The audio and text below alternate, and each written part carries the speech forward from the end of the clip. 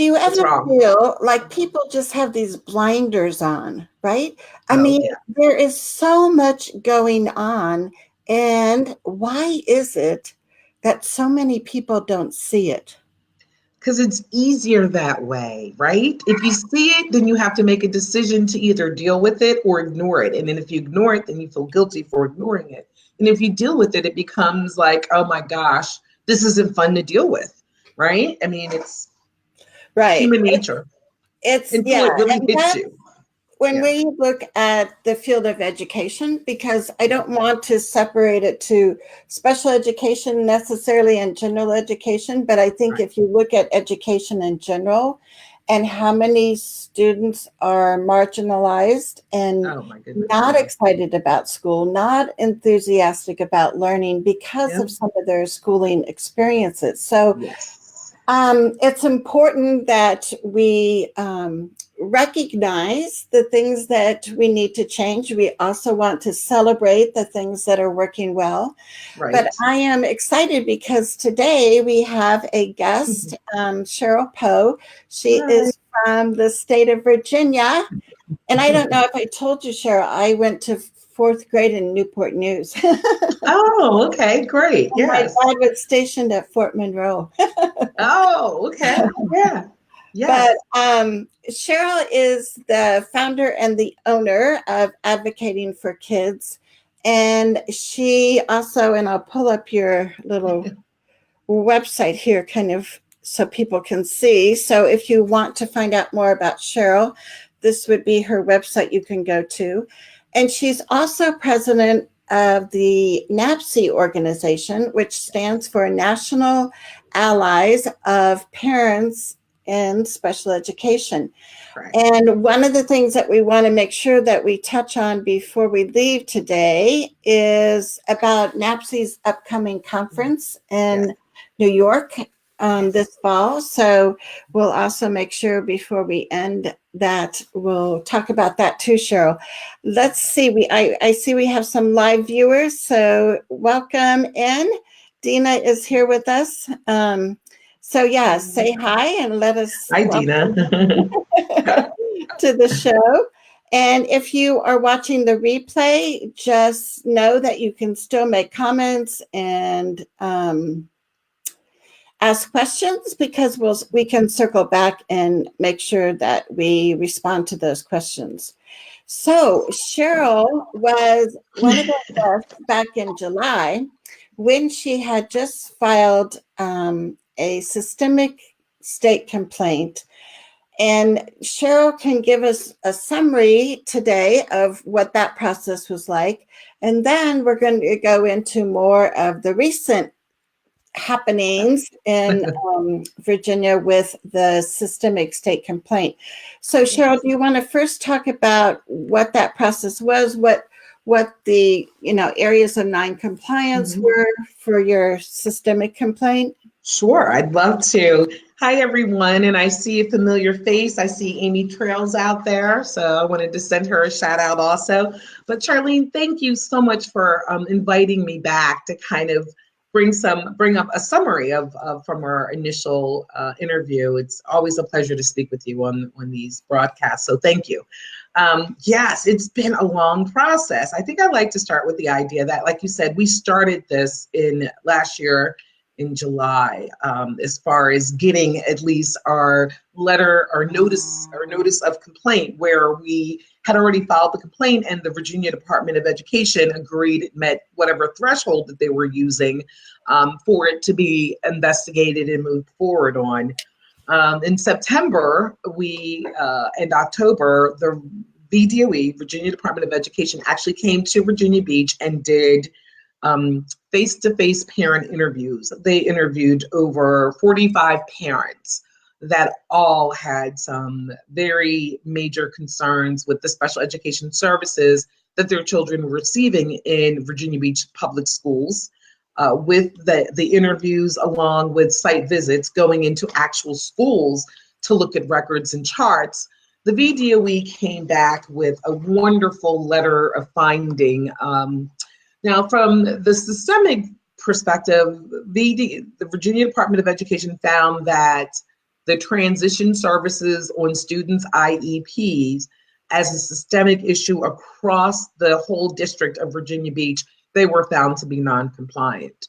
The other issues that were identified, and each case, each student that was named in it represented a situation, whether it was lack of child find, denial under child find, failing to honor a reevaluation or doing a complete evaluation. One of the school districts, the principal was cited for not making sure the students were secure in the school because it was just unsafe. That those individual cases, the district was found non-compliant. And there was a lot of strong, wonderful language that the Virginia Department used in saying, though, even though you may be in compliance on child find on this particular setting, these are things that we found that what you did was still wrong and you need to be cautioned. And if Virginia Beach, I mean, the VDOE even said if we had a larger range to address some of the issues that they would have, but within the guidelines of what they're allowed to do as a systemic issue, they weren't found in non-compliance. So one of the lessons learned from me next time is perhaps if I file another systemic complaint, maybe look at child finding just filed on the child find issue and have 10 or 20 parents for that one issue. I think that would have been easier for the VDOE to come in and say that, yes, you're not compliant on this, because that is an issue in the city of Virginia Beach. It just is. One of the interesting pieces is when we filed it, we received our notice of finding, and then our notice of complaint, and then our letter of finding. I was kind of like, oh, this is great. We're done. Well, of course, Virginia Beach City Public Schools waited until the last day that the appeal could be accepted, and they appealed the findings from the systemic complaint. It was a Hail Mary. It did not rise to any level of, it was even difficult for me to reply back to what they were claiming their basis for appealing, because it didn't fit in within the framework. The law is very clear. A decision can be turned over when you have new data that was not considered to show that, yes, you did this, then yes, they can overturn it. The Virginia Beach didn't submit any of that information. All they submitted, which I found really funny, because this will probably end up somewhere in somebody's desk, is that they made a copy, went to my Facebook page, Advocating for Kids, made a copy of the interview that I did with Pat Huntz, who is the Director of Dispute Resolution for the state of Virginia, and submitted that as evidence that the VDOE was biased against the school district. And it's kind of funny, because in the hearing officer here in Virginia, when an appeal of a state complaint is submitted, they use hearing officers to review the information, look at the case, and finalize a decision. And in this particular case, this hearing officer really called Virginia Beach out, because they noted, they're like, in one hand, Virginia Beach is saying that I should change or find VDOE wrong in their decision because they didn't give enough guidance to the district on what their responsibilities would be after Andrew F. However, their evidence to then also show that Virginia Beach was unfair and biased was a video of, the director actually sharing information about not just Andrew F., but how the district expects, or how the state expects districts to handle specific circumstances and situations that may rise out of Andrew F. So I thought I was really pleased that the hearing officer realized that Virginia Beach was pretty much just wasting our time and taxpayers' money when doing that, but how flawed their logic was in trying to appeal the process. Now, let me interrupt just for a second here. I was going to welcome some of the people. So Melinda is on with us. Hey, Melinda. Pennsylvania, and you had seen that Amy was with us too. Yep. Rhonda Berry from the Arc of Pueblo in Colorado is here. Hi. Debbie is here from East Tennessee. So we just have pretty much the whole country represented. That's great. And I see we have Miss Miss Stilth. She's from up there near you too, in Colorado, I think. So yeah, and here we have, let me see if I can pull this up from LaDonna. She said that she filed a state complaint in Idaho. It found district non-compliant in 6 of 8 areas. They still did not address accommodations for my 14-year-old. I found the process mostly procedural, not focusing on accessibility. I believe my next step is with OCR. Yeah, I think she mentioned something very key. Your state complaints definitely are the procedural violations that then lead up to a denial of a provision of faith, right? So that's what your states do. I think when we're talking about a denial of, not being allowed to access a service based on disability, then yes, you're right. That's more of what the purpose of Office of Civil Rights is for, and that's, I think, what she wants to do is she's spot on.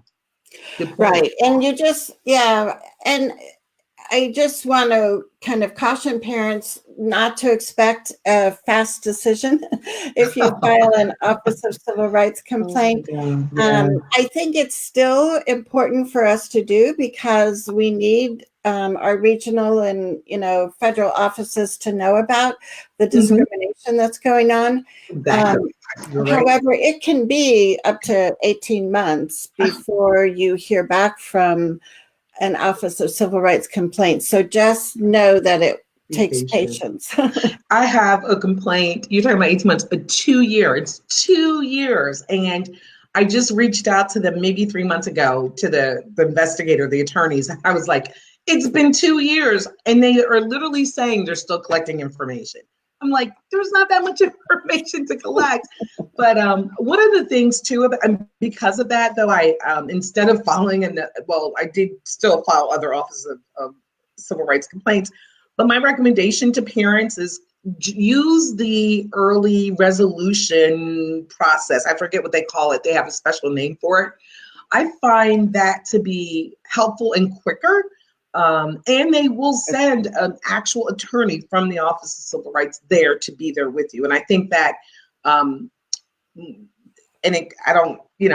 not saying this for any political reasons, but given our current state of who is in leadership with our Department of Ed, you might be better off using the early resolution piece and really getting in there and negotiating what it is that you want, what the minimum or to the maximum extent possible, getting what your child needs through negotiations like that. Because 2 years is just ridiculous. At that point, your child, it's yes, Amy's, is it 3 years? That's the complaint that we're talking about. And we actually called them and reached them, and they still tell us, oh, we're collecting information. Now, we did name one of the largest law firms that represent school districts with disabilities in our OCR complaint. So that may have impacted why it's taking so long, because it was like 3 different agencies that were involved in that process. But. Right. And so I was going to bring up Melinda's question here. She said, so you mentioned that you may file systemic complaints in the areas that the Virginia Department of Ed didn't find a systemic finding. Does that impact a new filing on individual cases such as child find or service provision? So good question, Melinda. The individual cases on child find, failure of child find, failure to reevaluate or evaluate correctly and fully, those individual cases, the Virginia Beach was found to be in non-compliance. So I'm not, when I say looking at filing another complaint against Virginia Beach, from a perspective of, I think, the more having greater patterns of behaviors of where they are refusing to evaluate when a parent is in there alone, or having just 10 or 20 parents to show a pattern of behavior where Virginia Beach is saying, oh, we don't evaluate after the first evaluation because nothing will ever change. I think from a systemic issue, then the chances of getting the state to make the district make a full change and more training is going to be more possible. I feel that Virginia Beach's spin around this is we were only found in non-compliance on a systemic issue in one area, and that's transition, right? So in a way to get, and they have to do the training and follow the corrective action plan that will help every kid in the district. But Right. the individual cases, though, of course, yes, those parents and those children will have an opportunity for corrective action for where they were found in noncompliance. What I'm saying is this is a continuation of an issue, and Aaron Spence, our superintendent, will ignore that. He will not encourage the special education department to look at all of those specific allegations that were made that they were found to be non-compliant on an individual case. He's just going to dismiss it and say, oh, that was just those cases, when really it is a systemic issue, because I see it every day. Every day I get a call. Hey, I asked for my child to be evaluated. He has documented disabilities of autism and ADHD, but the school says because he's getting A's and B's, he's not eligible for an IEP. I'm like, no, that's wrong. I know. So I hope I explained that a little bit better.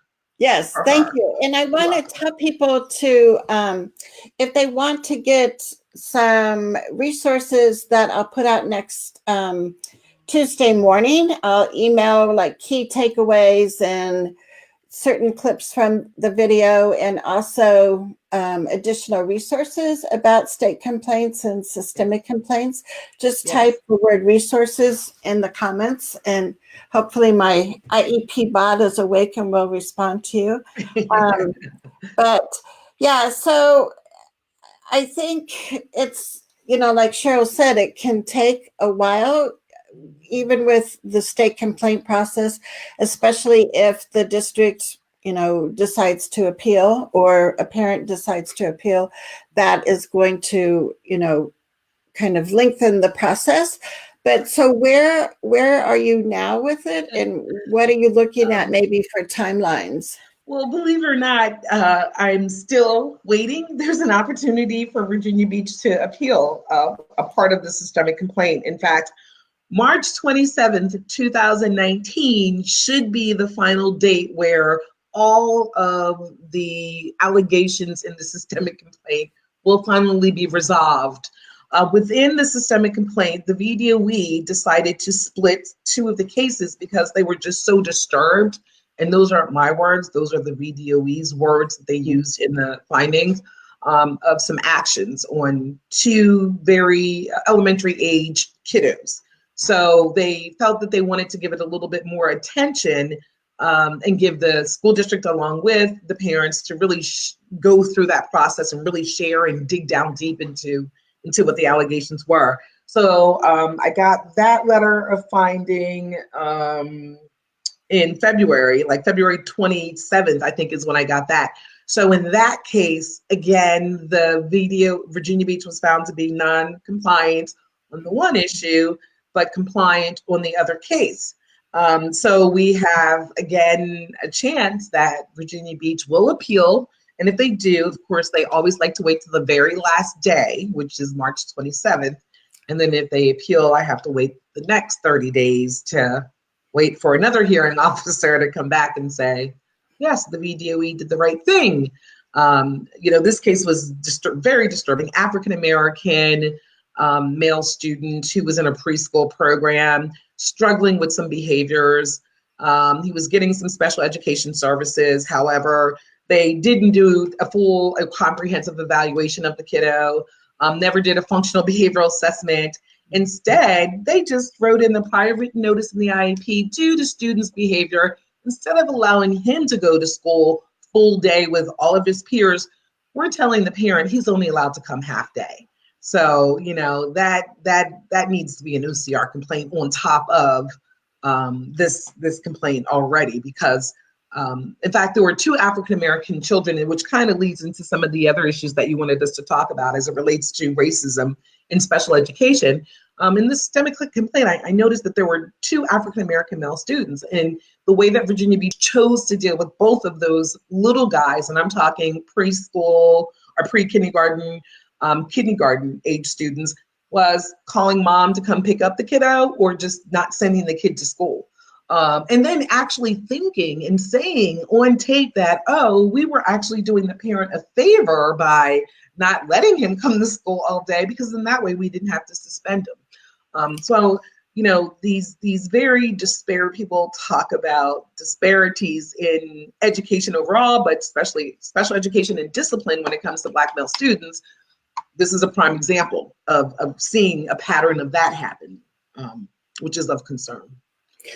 Right. And I know I had seen, I think on your Facebook page, the letter from the superintendent of the Virginia Beach City Schools. And so I was, and that was what kind of perked my interest. And I was wondering, like, so what is that involving? And, you know, does that intersect with, you know, specifically special education in the district?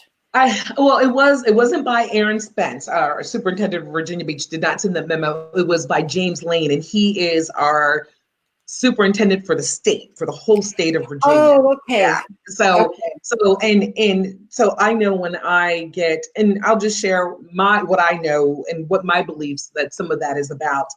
It was like a perfect storm. We had our governor kind of get in trouble for when he was in the 80s, when he was kind of doing an inappropriate face blackout thing, and there was a big call to have him be removed, on top of some very interesting cases and information I was receiving. And when I receive emails or information from parents or community members where they are saying, hey, this teacher, I had this one case where a teacher in Virginia Beach told a Black student, how would you like it if I called you a Black N-word, using it as an example of not to use the M-R word, and you know, and said it in front of a bunch of African American males, and of course they went home and told other parents, and the principal wouldn't respond to the parents' calls about this. I actually sent a letter to Dr. Spence along with the VDOE saying, you know, what are we doing when we have teachers using racist comments towards students, Black or white, I don't care. And then there was another incident where there were several teachers being reported to using the N-word, both in their personal time, but also in the classroom being overheard. And I think for me, I can't say that all of that information I shared is what prompted it, but I do think the media issue that was going on with our governor at the time, along with reports of an increase of white teachers using that word, using the N-word in school in front of students. And I think his timing to say, okay, our temperature here in the state of Virginia is pretty hot on racism. It always has been, but I think for him to actually acknowledge it in the way that he did was very good. That way conversations like this can be had. And there were some wonderful resources that he shared that hopefully not only the educators were used, but if the parents saw that information on my page, that they too will, look into looking at those resources to help educate themselves. I also have some, students in some cases, especially my kiddos, my babies on the spectrum, that they see this stuff in the media, right? They see, oh, that's, Donald Trump is saying this, so it's okay for me to say this, and not having a clue of the impact, the personal impact of it to those that they're speaking to. So at times we need to be able to say, explain to our students that are so much more literal and don't understand that maybe the history of that just because you're seeing an adult that I know it should be adult that you can use as a role model acting in a particular way doesn't mean that you can, or it doesn't hurt someone. So I was glad to see the memo. But I think it's going to take more than a memo, right? To make a significant change. It's going to take the superintendents of all the districts paying attention to those kinds of actions and being very transparent about it, and responding to it in a way that is sensitive to the community it offended. Right. And that I haven't seen that happen yet, and probably will never happen in my I lifetime. know. I wanted to say hi to Susan. She's here from Washington State, and Lois has joined us also.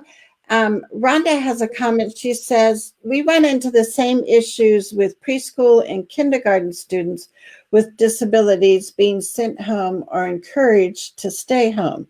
We are told from our state education agency that preschool is non-compulsory, so it's not a denial of FAPE.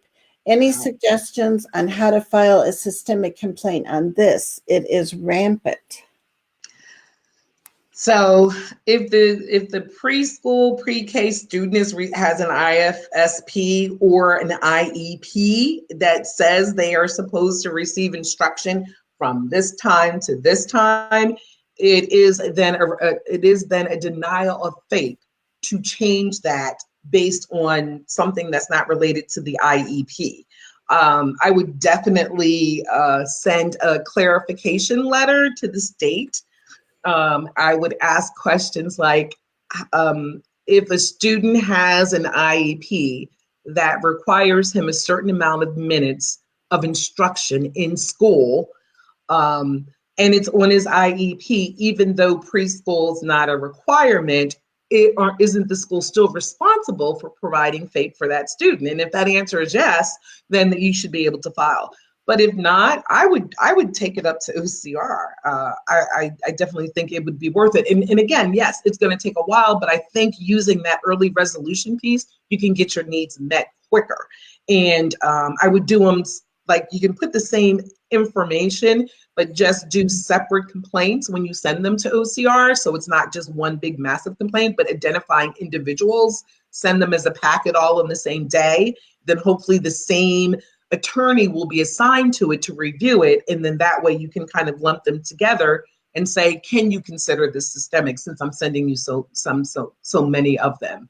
But I would really challenge the State Department if special education services are required, if any student is receiving special education services and they're not getting them because they're telling the student to stay home because of their disability, it shouldn't matter if it's compensatory or not, or compulsory. Right. Compulsory, Yeah. right. So I think, What do you think? What you can do is, like what Cheryl was talking about in some other situations, is you can file that systemic state complaint and then at the same time file OCR. Is that correct? I mean, that's my understanding, Cheryl.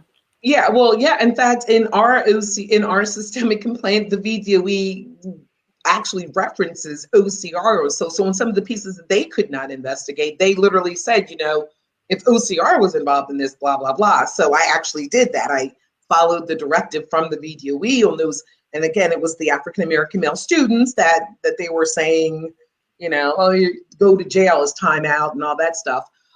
So we did that. And then I figured also using the state's letter of finding as part of the OCR complaint piece, it just makes your complaint to OCR stronger.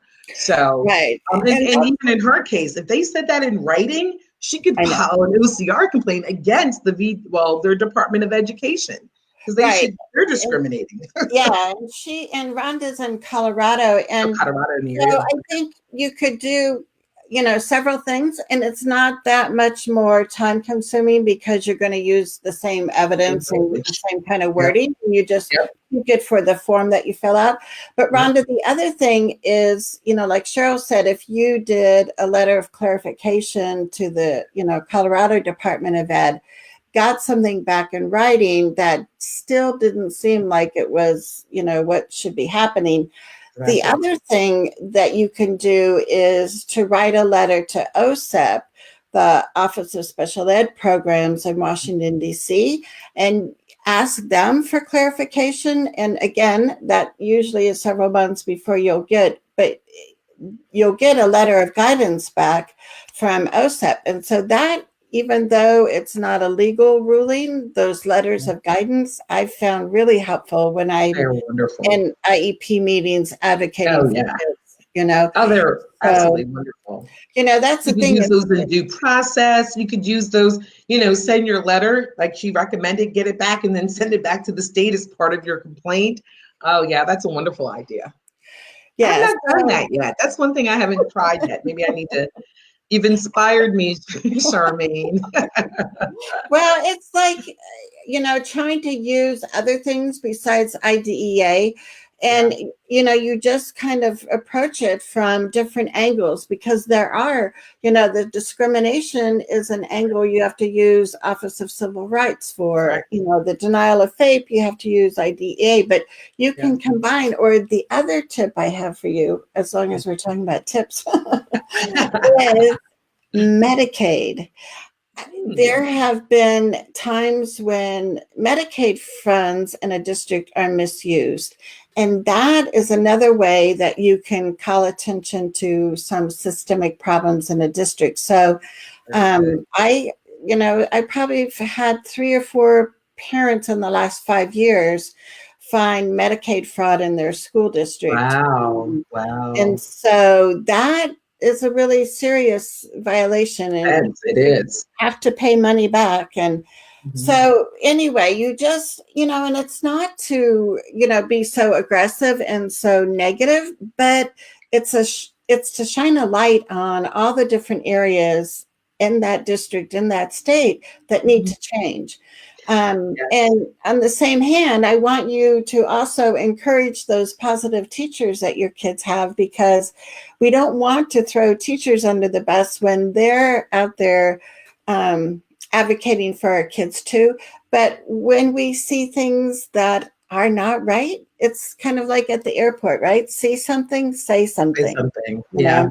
Yeah. And I agree. It's like, I don't believe at all that filing a state complaint or an OCR complaint is negative in any way. I think it is kind of like our duty, because if you are a parent, like the one that shared the question, that has the ability, has the knowledge, has the skill, has access to information and resources, and if you can file a complaint on behalf of those who can't, whose parents maybe don't have the skills or the time or the energy or the idea that they can, or feel confident enough to do that, you could be saving their children from a denial of FAPE or a sense of discrimination. So look at it as more so of you're not only helping your own child, you're helping other children that come behind you, behind your child, to have a better opportunity. I think that when we all start realizing that the resources that we have to get the districts to do the right thing, because let's face it, if the education system across the country as a whole was developed and implemented in a way that I think it was meant to be implemented, there would be no need for people like me and Charlene and all the advocates and the Cuddies of the world. But it's not that. It's the idea that the only reason why we have laws like anti-discrimination laws that you can't discriminate, or IDAs, because we as a people, as a society, we needed to put parameters around that because we couldn't trust it. I mean, we had to develop laws because it was happening. People were excluding children with disabilities from going to school. As we all know, Black kids weren't, in the beginning, Black people overall weren't allowed to learn to read. And then when schools were allowed, they weren't allowed to go to school with white students where they had all the resources. So we live in a society where making a complaint, filing a lawsuit is the way to change a culture that is not conducive for everyone. So I agree. Yeah. And so let's see, we have another comment here. Let me read it. It says, I'm in Kansas. I filed a complaint with the state against district. There was corrective action awarded, but the state did not actively enforce the actions. And that's a common problem too, right? Yes, that is a common problem. So if a state has said that a district has to engage in certain activities to compensate, make up for whatever they did was a violation. And the state, at least in our state, there are different departments, right? So you have a department that's just responsible for addressing special education issues, dispute resolutions. I think then if that entity is not doing what they're supposed to do to ensure the corrective actions are happening, I think you then go above their head, go to the next we use either superintendents, assistant superintendents, whoever would be the next person up. I would send a letter saying, hey, the federal law says this, however, your state department is doing this. Before I need to go outside of the state to have this addressed, I'd ask to have a face-to-face meeting, because I think that would be a great time for you to get in there and identify who the key players are, have a conversation in a way that is working with them collaboratively. So when other issues come up, you can use that resource that you made on this issue to address other issues. And then if that person ignores you, we have what we call our highest superintendent, the superintendent for the state. I'd reach out to him and the board. And then if that didn't work, I'd file an OCR complaint against the state ed. The state, everybody is held accountable some way, somehow. Right. And it's not easy, but if you don't fight for enforcement, things will never change. Right. Exactly. And Susan from Washington State says, we filed a state complaint and got a resolution fairly quickly. I wanted it to be a group complaint, but the other parents said they were tired of fighting the school and just needed to concentrate on their kids. And that's okay. I think that is okay. Raising a child with a disability isn't easy. School's not the only thing that parents are necessarily fighting with. Sometimes they're fighting with insurance companies, medical providers, family members. I think that is okay. And just as there are parents that may not want to fight, there will be parents that want to fight. So you just keep looking. You don't give up. You keep looking. You look at what other parent support groups are out there. Check out your CHAD groups. Check out your autism groups. Check out your Down syndrome groups. Check out other groups that are doing work similar to what you like, and see if you can find a group of people that would allow you to use their name in a complaint. But it's okay. It's okay for a parent to say, you know what, I'm done. I'm done. I've been there, done that. Came back around to it, but yeah. Well, and I know I've had a couple of people ask, like, how many people have to be in a group in order to make it a systemic complaint.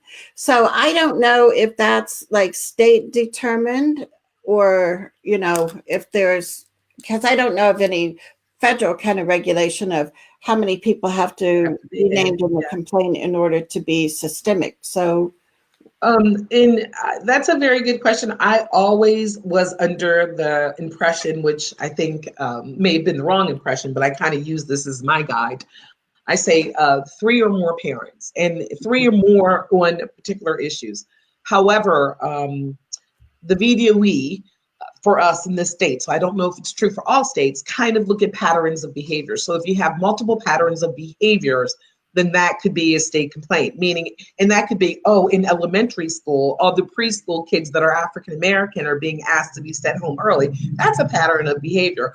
Or in high school or middle school, 8th grade students aren't developing transition plans for any 8th grade students. So that's a pattern of behavior. So our state's position is that any patterns of behavior that violate the regulatory language or laws could be a systemic complaint. I just for myself use the number 3 or more, but I would, and this is what I recommend to anybody who's interested in doing it, send a letter of inquiry to your state department and say, hey, I have 3, 4, 5 parents that all have various violations as it relates to IDEA and our state regulations. What is the state's requirement for it to be accepted as a systemic complaint, and then follow the rules? Because it Right. probably does differ state to state. Yeah. And that's where you really need to, like Cheryl said, go to your State Department and see. I mean, usually there's, some kind of a manual, a guidebook from the State Department where you live that will have information about dispute resolution. And those procedural safeguards that you get offered at every IEP meeting and you Yes. probably decline at every meeting, please, every once in a while, take one of those and read it again, because that is where your rights lie. And when we don't understand that 35-page handout about procedural safeguard rights, it Right. becomes really challenging to take action and create change. But Melinda had a question earlier, and I missed putting it up, but she said, I followed your Facebook page and there seemed to be some real pushback from the district. What is your advice to parents on getting through what becomes a long and arduous process? Oh, what a good question. So I feel that one of the things about this particular systemic complaint that was probably helpful to the parents is that there was a group, Kathy Hines and Michelle Norman, they developed a group called Parents for Faith. So there was a support group built in for the actual individuals that were named into the complaint. So when parents struggled with the processes, or not every parent was there, not all their issues. I think there were 2 parents whose issues were found to be in compliance, and that was quite upsetting to those parents. But having a support group of the people that went through it with you, I think helped them manage their emotions a little bit better. It doesn't make it any less stressful, but it makes it a little bit easier when you are walking the path with other people that are going through the same exact experiences as you are. Having that kind of support, that someone understands you in a way that another person who hadn't been through this could understand ever. So I think that was really, really big. And I think with the pushback, the main pushback, I think a lot of the pushback came directed more so at me as the advocate doing it than the actual parents involved. So, I don't really care. That's true. Yeah. There is that throw the advocate under the bus game. Yeah. Like I said, the idea that Virginia Beach went to my website to download the interview that I did with Pat Hines to send to the hearing officer as a sign that the VDOE finding was flawed because there was favoritism. Come on. I mean, that's I think, so again, I think I got a majority of the pushback more so than the parents individually. I think the parents, it was hard for some of the parents when their issues weren't found to be in non-compliance because their cases were really good. There's this one case in one of the schools, elementary schools, where the poor kiddo, his place for a break was he would go into the bathroom to get away from everyone, and they wanted to kind of suspend him. The AP was just horrendous with what she did. Parent saw it, was there, witnessed it, was able to write it up in great detail. It was submitted, but because, with their state complaint, it has to be within a year time frame, so they couldn't do anything about it. And the strong caution that the VDOE did give Virginia Beach about the behavior toward this child and this family, it wasn't enough for the family to feel really heard, but it is what it is. And I think that understanding going through this, even if you don't get what it is you're seeking right away, I think that they will pay attention and respect you a little bit more when you go into that IEP meeting, just because they know you're that parent, right? They know you're the parent that will speak up and will continue to speak up. And then eventually they'll, things go your way. But the main part, I think, is the support group that the parents themselves had to go through the process. So I just have to show you, I actually have coffee mugs that say, hello, I am that parent. That's nice. Oh, I love it. So if you want a mug like this, I can hook you up. Okay. Can I get one that says, hey, I'm that advocate? That's true. That's true. We got to get ourselves in there. So Melanie has a question. She said, Cheryl, I find it difficult to get parents on board, although some may contact me privately with concerns. How do you get parents on board? Well, hello, Melanie. How are you? She's also part of our Advocacy group, so I want to say hi to her, give her a shout out. It's I guess I find it hard to kind of answer this question because I don't run into the issue of parents not wanting to be on board. I run into an issue with so many parents with so many concerns that want so much to do that I only have so much time to do that piece. Again, my recommendation would be to start a meetup group. If you're looking for a group of parents to deal with special education issues in your district, start a meetup group. That's one way to get like-minded people. Start a Facebook group. Go to your CHAD meetings and do a presentation about what it is that you are trying to start up. Go to an Autism Society meeting, Down syndrome meeting. I know there's so many different individualized disability-specific groups that if you go to each one, and then I think you'll have a better chance of getting a nice rounded meeting, lots of disabilities represented, lots of issues represented of people that would be willing to work with you. It takes time. I've been doing this forever. It's not like I just put a hat out to start doing advocacy a year or so ago. I've been doing this since my now 23-year-old, I don't know how old he is, 23, 24-year-old, was in freaking kindergarten. So it does take time, but I highly recommend doing that. Finding groups of parents that have children with disabilities that are already established, and go and introduce yourself. Go and propose coming together and start doing monthly chats over coffee or on Facebook or on the phone. That's my recommendation. I think that's I think those are great strategies. And Susan said, she was the one that talked about filing the state complaint in Washington. She said, of course, the resolution was another IEP meeting for my kid and a memo. So the system remains unchanged. I don't know what she means by that. Of course. Well, I think maybe what she's saying is that, the letter of findings was have another IEP meeting, go back to your IEP. And, a memo to the school district versus really any major kind of change, within the district.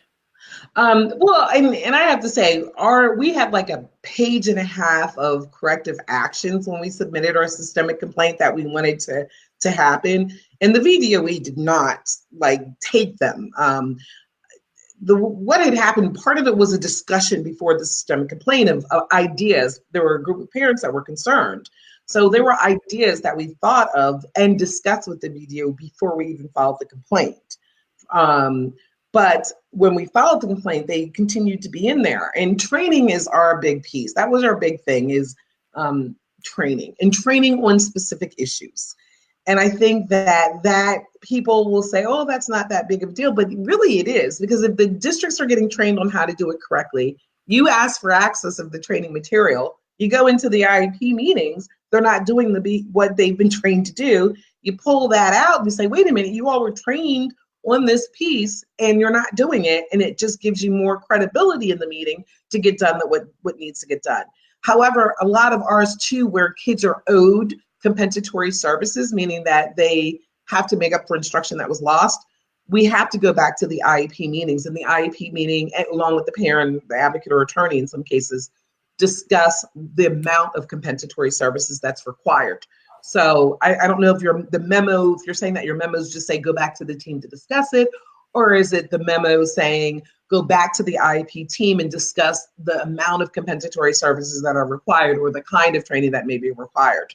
So I guess I need more clarification. I don't know if that Yeah. helps. So Susan, if you want to type in more, Karen's with us from Texas, and she identifies herself as that parent. Yeah. There are a lot of us out there, right? Yep. So I wanted to remind people to type in resources, and so you can get some additional resources about state complaints. But also, before we leave today, Cheryl, I wanted you to be able to talk a little bit about NAPSI Yes. and your upcoming conference in New Yes. York. So we're really excited. We had our first conference last year, our inaugural conference, and it was well attended. And it was just so inspiring to meet parents that who felt that this conference really spoke to them, that they were able to get information out of it, that they literally could leave and go back and advocate with. So we're excited to do our second annual conference. It'll be October 18th, 19th, and 20th. It is going to be in Auburn, New York. That's out near Syracuse, northern part of the state of New York. And we have some wonderful pre-conference activities. Auburn is hosted in an area that has a strong civil rights presence historically. So we're having a Friday day activity where we will have a bus tour that will take you to the New York State Equal Rights Heritage Center. We're also going to be visiting the Harriet Tubman House, along with the Women's Right National Historic Park. And so that's just to kick it off, to kind of entrench everybody and get everyone excited about our efforts in the conference and being around all these historic things that are similar to taking care of the needs of civil rights, because special education is the civil rights. It's the idea that children with disabilities are different than others and that they have every right to be educated well. And we will have, of course, a wonderful social Friday night where people will be able to interact with attorney. So the attorneys, the advocates, and the parents will all be mingling, interacting together, talking with each other. And we are just super excited. We just put out a request for a proposal. Melinda, if you're still online, if you could share that link so that anybody that's interested out there, Charmaine, hint, that wants to fill out a request to present for us, we would love to have you. We're also going to be doing some live interviews, also kind of like this on Facebook with presenters as we start filling in the gaps of who's going to be presenting, just to give people a chance to kind of meet the presenters, kind of hear what their style is, hear what their information is, and hopefully intrigue you to want to attend. So a lot of things are changing with NAPSI, and we're really excited about our conference coming up. So I hope you all will attend, and we may even be doing a little bit of live broadcasting at the actual conference if the internet allows us to. The technology gods are with you, right? Yeah, the technology gods are with us. Yes, we might even be able to catch some of us live. I think that's an awesome way for people, from a distance, they can still get some of that information from those speakers and have that opportunity to, hear speakers that you often can't go, unless you are going a distance for a conference. So I think that's a wonderful idea. I'm going to check and see if we have any other. Okay, good. So Melinda has so is this where people can go to get that application, or? Yes, if you go to the link that Melinda's put up for us, you'll be able to access the information for the request for proposal, but also the announcement to save the date that has the hotel, so you can call and get your room. Go ahead and just reserve your room now. It also gives you some information on that website about some of the activities we're going to be doing Friday night with the tours and going to different historical civil rights activities. So yes, great. So yeah, and then the other thing I wanted to share with you was Cheryl's website. Oh yeah, Advocating for Kids, and I'm really excited because we're going to be making some changes too. Advocating for Kids the goal, and I'm crossing my fingers and knocking on so much wood, is to, we're going to be doing some training groups. They're going to be within a closed Facebook group, but they're going to be strictly for training, teaching parents that are novelists who just want to learn the basics, up to parents that are maybe interested in becoming an advocate and going over some of the skills that you will need. So we're really excited about launching that. Just waiting on some technical help when getting the website fixed the way that it needs to be fixed. But please stay tuned for that. We're real excited about that because I believe, the Facebook groups are great, but I really want them to be geared that when you are done being in our group, like for a 3-month period of time, we're going to pre-test you and post-test you, and you're going to be able to see, it's going to be measurable, right? You're going to be able to see that when you first started in this group, you only knew this much information, but by the time that you're done, you're going to be well more skilled or have the access to resources to learn what you need to learn so that you can really do this yourself. So you can be a competent advocate for your own child and feel better about yourself and empowered. Oh, exactly. Yeah. And I did want to remind viewers that we are on every Thursday afternoon. Usually our broadcast is at noon Mountain Time. Today we switched that up a bit. But next week, we will be back at noon, and we have an advocate from Texas who's going to join us, and he's going to be talking about cameras in special education classrooms. And he was an advocate that was really instrumental in getting the law passed in Texas. And I don't know about other people. I have, I guess, kind of a variety of feelings and thoughts about cameras in special education classrooms. My first thought is if we had more kids included, we wouldn't have to worry about things that happen in that room down the end of the hall. And then, do all classrooms need special education or cameras or, things? I know there are some districts that have cameras on buses, and that can be helpful. But then you also hear about cases of, well, because there's other students in the video, now the parents can't view the video. So there's all kinds of issues, like everything, right? But I think it's going to be a really good topic. So I encourage people to come back next Thursday at noon Mountain Time, and we'll be talking about cameras in the special education classrooms. So let's see. So we have another comment. She says, excellent information. Thanks for educating us. Yes, sure. It's great. My pleasure. Thank you for having me.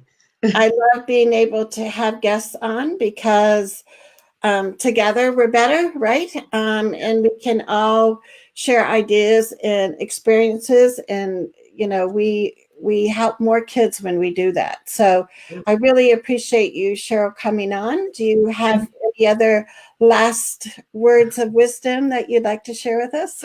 Oh, well, thank you for doing this because it is important that we share information. So I appreciate you, and I thank you for having me on. And I just am thankful for all the parents that are willing to stand up and fight the fight, because it is difficult. It can be hard. But just know you're not alone, and your efforts at times, even though it may feel tedious and painful and like you may never get through it, just know on the other side of it, it feels good because you are putting your energy and your effort into making sure that your child is treated with respect and dignity, and that they are given the opportunity to learn equally to that of a student that doesn't have a disability. And it's quite empowering when you see those gains that your child makes. But it's also okay to take a break. It's okay to say, I need a break right now. I can't do this. But just know that you got to get up and come back to it because it doesn't go away. You can take your break, but it doesn't go away. And just find a support network. Find people in your community or online that can build you up, support you when you're down, give you that word of encouragement whenever you need it. it's important to have that. I mean, I have that. I have a friend, a fellow advocate, that every morning we'll either send a picture to each other or say kind words just to get us going, because sometimes going into those meetings can be draining. So that's all I have to say. Thank you all, parents, for trusting people like me and Charlene to help you get through this process. Oh, exactly. And I wanted to give a shout out to people that are members of our Parent Advocate Trailblazer group that we have. It's a private Facebook group.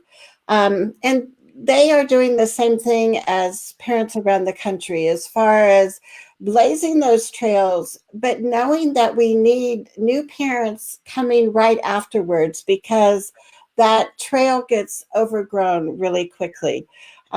So my passion is to help you as a parent become a more effective advocate. And one of the ways that I do that is by having these live shows each week, so we can talk about, subjects and issues that are really critical. So I would love if you are live or watching the replay to type in what other topics you're interested in, because I want to make sure that we're providing shows that, really are pertain to your situation. So feel free to give me suggestions for new topics. But we are at the top of the hour. I want to wish everybody a wonderful afternoon. I'm Charmaine Tanner, and I hope to see you next Thursday. So take care. Bye, everyone. Bye. Charmaine, do I just hit stop?